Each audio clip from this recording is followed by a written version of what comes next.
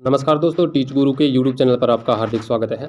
तो दोस्तों आज है 8 मई और 8 मई की जो भी शिक्षा संबंधी टीचर्स संबंधी नई अपडेट्स है वो हम इस वीडियो के माध्यम से देखने वाले हैं। तो वीडियो को अंत तक देखिएगा एंड चैनल पर पहली बार हो तो चैनल को सब्सक्राइब करके बेल आइकन को प्रेस करना मत भूलिएगा। तो चलिए करते हैं स्टार्ट। आज की क्या है नई अपडेट, देख लेते हैं क्या नया हुआ है आज। तो देख पा रहे हैं आप, सक्षमता परीक्षा के लिए प्रवेश पत्र जारी, यानी सक्षमता परीक्षा है उसका प्रवेश पत्र जारी हो चुका है और आज 8 मई से ही क्या है वो निकलना स्टार्ट हो चुका है और 12 मई को आपका क्या है सक्षमता परीक्षा आयोजित की जा रही है। देख लेते हैं विस्तार से। बिहार विद्यालय परीक्षा समिति ने शिक्षकों की द्वितीय चरण की सक्षमता परीक्षा के लिए प्रवेश पत्र जारी कर दिया है। परीक्षार्थी 8 मई यानी बुधवार से प्रवेश पत्र है वो डाउनलोड कर सकते हैं। बोर्ड द्वारा शिक्षकों के लिए द्वितीय चरण की सक्षमता 12 मई से आयोजित की जाएगी। इस संबंध में सूचना जिला शिक्षा अधिकारी एवं जिला कार्यक्रम अधिकारी को भेज दी गई है। बिहार बोर्ड ने सभी परीक्षार्थियों का प्रवेश पत्र वेबसाइट पर अपलोड कर दिया है। बिहार बोर्ड ने स्पष्ट किया है कि प्रवेश पत्र डाउनलोड होने के उपरांत उस पर जिला कार्यक्रम अधिकारी से हस्ताक्षर करना होगा, तभी प्रवेश पत्र को मान्य माना जाएगा। बिना हस्ताक्षर वाले प्रवेश पत्रों के आधार पर परीक्षा केंद्रों में प्रवेश नहीं दिया जाएगा। बोर्ड ने परीक्षार्थियों से आग्रह किया है कि प्रवेश पत्र पर अंकित निर्देशों का पालन करें। तो जो जहां हस्ताक्षर मांगे हैं कार्यालय अधिकारी की से वो सभी आप करवा के जरूर ले जाएं। और सक्षमता परीक्षा जो द्वितीय होने जा रही है आपको वो अच्छे से सीबीटी बेस पर होगी और बढ़िया तरीके से करना बिना बेझिझक, ठीक है। चलते हैं इसी से रिलेटेड एक और है 85,000 और नियोजित शिक्षक राज्यकर्मी बनने को तैयार, बैठेंगे सक्षमता परीक्षा में, कंप्यूटर बेस्ड होगा एग्जाम। तो उसी से रिलेटेड ये है और जो आंकड़ा दिया है वो आप यहाँ देख सकते हैं। आपको याद दिला दूँ कि पहली सक्षमता परीक्षा में तकरीबन कितने 1,87,615 नियोजित शिक्षक उत्तीर्ण हो चुके हैं। इनमें से 11वीं और 12वीं कक्षा के हैं वो 5,313, 9वीं 10वीं के 20,354 और 8 6 से 8 है वो 22,941 और 1 से 5 तक है 1,39,010 शिक्षक हैं। और बाकी के है वो अभी फॉर्म अप्लाई किए हुए हैं और अभी 12 तारीख को आपका एग्जाम हो जाएगा। सीबीटी बेस यानी कंप्यूटर बेस्ड टेस्ट है वो होगा, ठीक है। और उसी से रिलेटेड ये सभी है मामले। एंड चलते हैं नेक्स्ट अपडेट पर। नीट से रिलेटेड जो प्रश्न पत्र एनटीए मान रही थी कि ये नीट का एग्जाम है वो प्रश्न पत्र लीक नहीं हुआ, तो उसके लिए बहुत सारे सबूत मिले हैं। दावा, नीट का प्रश्न पत्र लीक होने के पर्याप्त सबूत। आईओ ने रिपोर्ट में लिखा 11 आरोपितों ने प्रश्न पत्र लीक किया, मामले के सभी अभियुक्तों को गिरफ्तार कर जेल भेजा गया है। दानापुर नगर परिषद का एक कर्मचारी भी जांच के घेरे में, करोड़ों का धंधा करने वालों के मंसूबों पर फिरा पानी। पटना पुलिस की ताबड़तोड़ छापेमारी के बाद कई माफिया हुए मृगगत और आरोपितों के बैंक खाते में खंगालेंगी पुलिस। और सेटर से उनसे 30 जगहों पर अभ्यर्थियों को बुलाया था और बुड़कों से सेवा वापस की जाएगी। पुलिस जल्द इस मामले में कर सकती है पूछताछ, विभिन्न स्तरों का पुलिस तहकीकात करेगी। परीक्षा केंद्रों के प्रश्न पत्र भेजे जाने की प्रक्रिया की जानकारी लेगी पुलिस। तो ऐसा कुछ मामला है चलने वाला है और आगे भी इससे रिलेटेड आपको अपडेट दी जाएगी। और नीट फर्जीवाड़ा ये आपको पता ही है कितना बड़ा घोटाला सा हो गया है, और क्योंकि ऑल इंडिया बेस पर था तो बहुत जगह ये ऐसा हुआ है। और देखना रहेगा क्या हो गया आगे की अपडेट, क्या गिरोह है वो पकड़ में आते हैं या नहीं आते हैं और उन पर क्या कार्रवाई की जाएगी वो भी हम देखेंगे। तो चैनल से बने रहेगा। चलते हैं नेक्स्ट अपडेट पर। बंगाल शिक्षक भर्ती रद्द करने के फैसले पर स्टे। जो आपको पता ही है पीछे अपडेट आई थी 25,000 के लगभग वो जो शिक्षक थे वो फर्जी थे, तो उनकी जो भर्ती है उसको रद्द करने के फैसले पर क्या है एक बार स्टे लाई गई है। कलकत्ता हाईकोर्ट ने भर्ती को अमान्य करार दिया था। सुप्रीम कोर्ट ने मंगलवार को कलकत्ता हाईकोर्ट के आदेश पर रोक लगा दी। इसमें राज्य के सरकारी और सरकारी सहायता प्राप्त स्कूलों में की गई 25,753 शिक्षकों और गैर शिक्षक कर्मचारियों की नियुक्ति को अमान्य कर दिया गया था। हालांकि मुख्य न्यायाधीश DY चंद्रचूड़, न्यायमूर्ति JB पारिदवाल और न्यायमूर्ति मनोज मिश्रा की पीठ ने CBI की जांच जारी रखने और राज्य मंत्रिमंडल के सदस्यों की भी जांच करने की अनुमति दे दी। पीठ ने CBI से कहा वह जांच के दौरान किसी संदिग्ध को गिरफ्तार करने जैसी कोई जल्दबाजी न करें। इससे पहले कोर्ट ने भर्ती घोटाले को जो व्यवस्थागत धोखाधड़ी करार देते हुए कहा कि अधिकारियों की जिम्मेदारी थी कि वे शिक्षकों और गैर शिक्षक कर्मियों की नियुक्ति से संबंधित डिजिटल रिकॉर्ड संभाल कर रखते हैं। पीठ कलकत्ता हाईकोर्ट के 22 अप्रैल के फैसले को चुनौती देने वाली अर्जियों पर सुनवाई कर रही थी।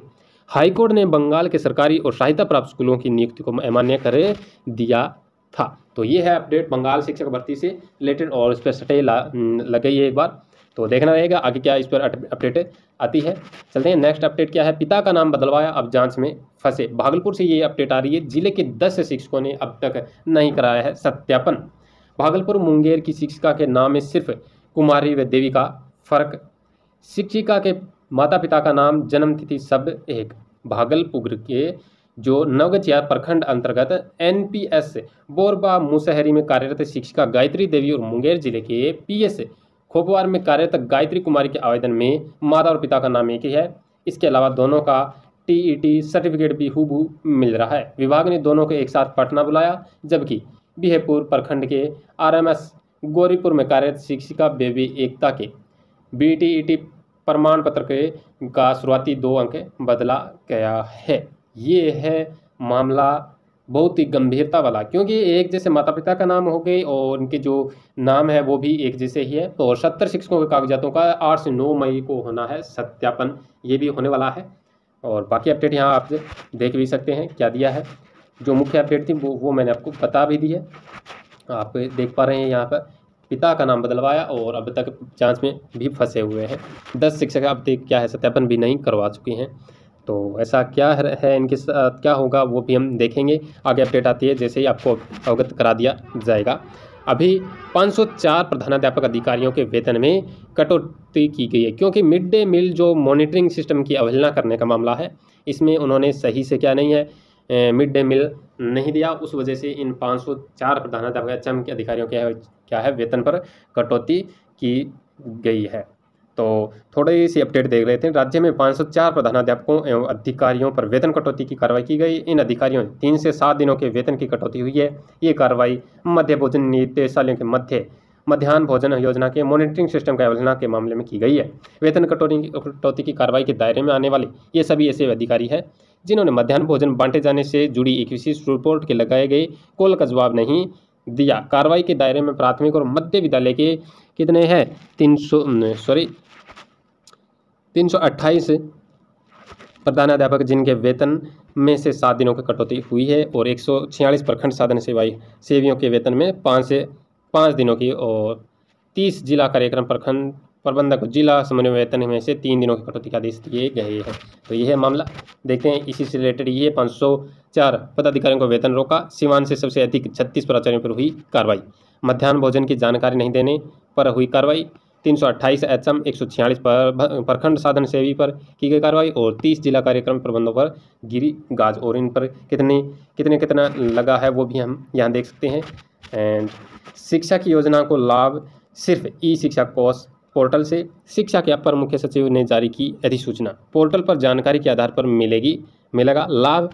एकीकृत डाटा होगा शिक्षा कोष पर, और ये रहा आप देख पा रहे हैं यहाँ ई-शिक्षा कोष के आधार पर मिलेगा साइकिल पोशाक की राशि।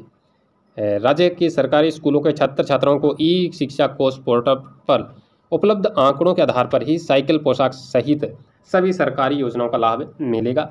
इससे संबंधित अधिसूचना का जो गजट शिक्षा विभाग के अपर मुख्य सचिव के पाठक के हस्ताक्षर से मंगलवार को जारी हुआ है।